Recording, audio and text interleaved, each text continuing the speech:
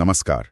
आज हमारे सामने है सचिन तेंदुलकर की आत्मकथा प्लेइंग इट माय वे और उस पर लिखी गई एक समीक्षा। हाँ बिल्कुल। तो आज हम इसी समीक्षा की आप कह सकते हैं चीरफाड़ करेंगे, समझेंगे कि ये किताब असल में क्या है और किसके लिए है। सही है, देखते हैं समीक्षा क्या कहती है। तो समीक्षा के हिसाब से किताब की सबसे बड़ी ताकत क्या है? वो है सचिन के करियर का बहुत ही डिटेल्ड जबरदस्त रिकॉर्ड। मतलब उनके बचपन से लेकर पहला टेस्ट मैच, फिर 2011 वर्ल्ड कप जीत, यहाँ तक कि मंकी गेट जैसे जो बड़े मोमेंट्स थे वो सब दर्ज हैं। हाँ, मतलब एक तरह से पूरा करियर मैप किया गया है। बिल्कुल, जैसे पूरा सफर आंखों के सामने आ जाता है। अच्छा। और सिर्फ मैच और स्कोर ही नहीं, कुछ निजी किस्से भी डाले गए हैं, जैसे होटल रूम की कोई बात, पिता की यादें, मैदान पर जो प्रेशर होता है। हाँ, वो मानवीय पहलू भी है। हाँ, वो चीजें पाठक को सचिन के मतलब इंसान वाले पहलू से जोड़ती हैं। और एक और चीज, बल्लेबाजी की तकनीक पर भी बात है। ओके, जैसे गेंद की चमक देखना, पिच को कैसे पढ़ना है। समीक्षा में कहा गया है कि ये बातें जो नए क्रिकेटर्स हैं उनके लिए काफी काम की हो सकती हैं। हाँ, ये बात तो है। तो ये सिर्फ एक कहानी नहीं, एक तरह से सीखने का जरिया भी है। बिल्कुल। मतलब ये सिर्फ एक महान करियर का लेखा जोखा नहीं है, बल्कि कहीं ना कहीं प्रेरणा भी देती है। और वो जो तकनीकी बारीकियां हैं, वो इसे सिर्फ संस्मरण से ज्यादा कुछ हद तक एक मास्टर क्लास जैसा बना देती हैं। सही कहा। लेकिन दिलचस्प बात यह भी है कि समीक्षा कुछ कमजोरियों की तरफ भी इशारा करती है। अच्छा, क्या है वो? पहली तो ये कि मैच दर मैच का जो ब्यौरा है वो कुछ लोगों को शायद थोड़ा ज्यादा लगे।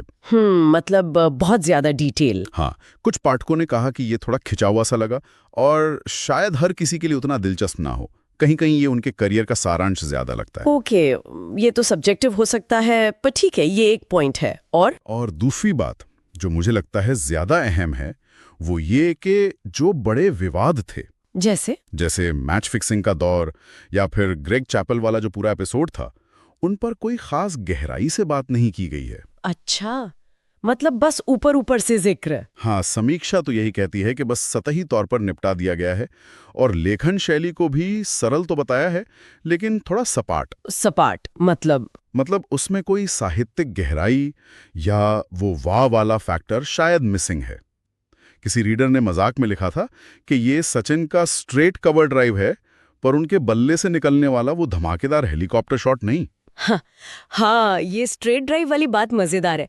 देखिए, ये शायद ना उम्मीदों और लिखने वाले के इरादे का फर्क दिखाता है। कैसे? हो सकता है सचिन का मकसद ही यही रहा हो कि एक बिल्कुल साफ सुथरी, सीधी, क्रिकेट पर फोकस कहानी बताई जाए, सनसनी या पुराने विवादों को कुरेदने से बचा जाए।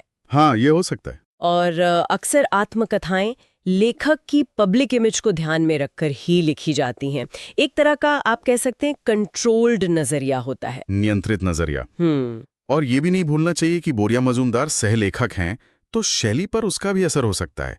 ये सतहीपन शायद इसी वजह से हो। ये बात तो सोचने वाली है।